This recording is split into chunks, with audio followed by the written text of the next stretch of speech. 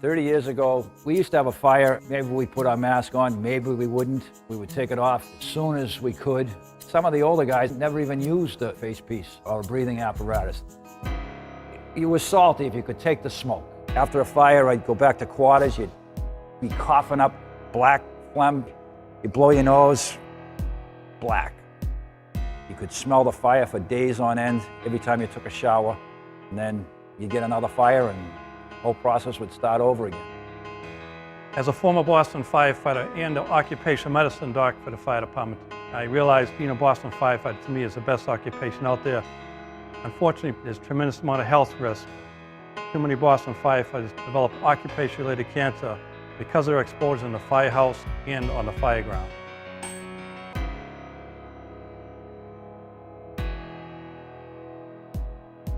I was diagnosed with colon cancer in February of 2013. I was having some symptoms. My primary care happens to be Dr. Mike Hamrock. I went and had the colonoscopy. My phone was ringing the next day. I looked at the caller ID. I said to my wife, I go, this is the doctor. I go, this can't be good.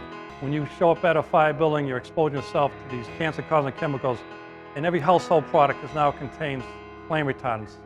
And when they combust, they give off these dangerous cancer-causing chemicals that you inhale, absorb through the skin.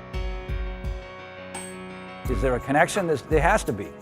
If I know equal amount of people on the street, my friends and neighbors, and none of them are dying of cancer, and I know half a dozen guys in the job that are dying of cancer. I was lucky, they found mine early.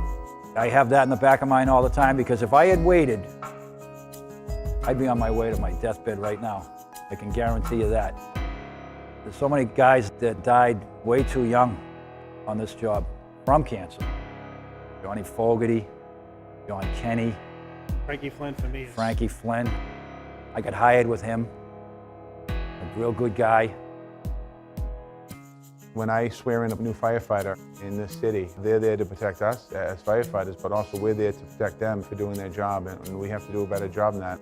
Far too many firefighters, both active and retirees, are coming down with cancer, and their parents, and their fathers and sons and daughters and brothers, and we have a responsibility to protect them. Our members understand it now. It's the young guys, it's the middle-aged guys, it's even the older guys.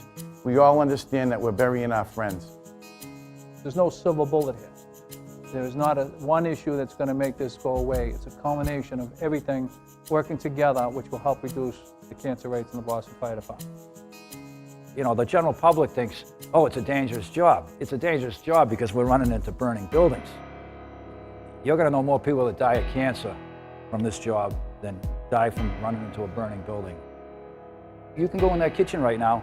Someone in that kitchen is a good chance is going to come down with cancer. Can you help reduce those chances? Yes.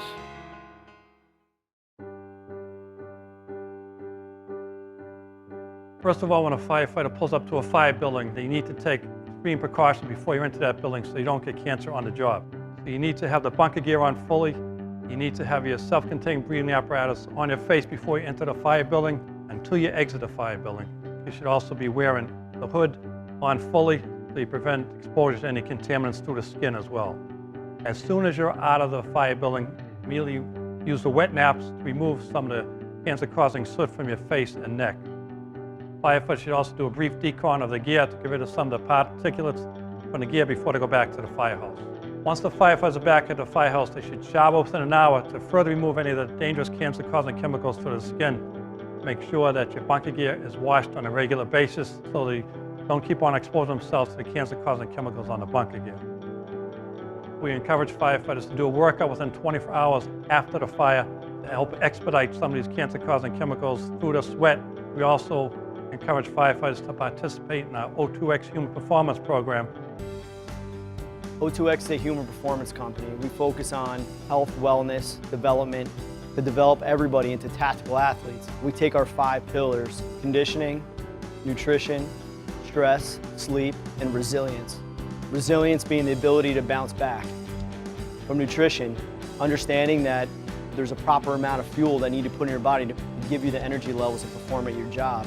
And then conditioning, rehabilitation, understand that there's demands on your body due to the nature of the job and get ahead of them. Sleep, and that's where you recover and regenerate. And then of course stress. how to mitigate that stress, and how to get yourself back in the zone to perform at high levels over time. That's the tactical athlete part of this. There's a lot of things we have to do to be able to meet our mission. You know, if that day came where you had to drag one of your buddies out of a building, then you were prepared to do that. About a lifestyle, trying to make you better at home, better at work, better eater, better sleeper. You'll be better for these guys when the time comes.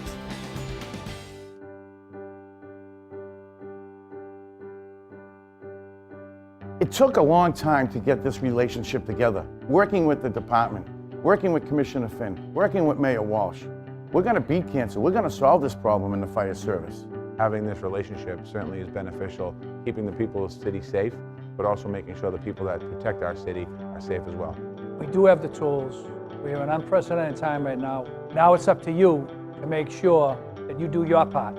Enjoy what you have right now, respect what you have, do the right thing, because we want you to go home at night, and we want you to retire and enjoy your family and your grandkids. You. No, these young guys, they're all buff. They're all like this. They're all working out all the time. That's the outside of their body. Pay attention to the inside of your body.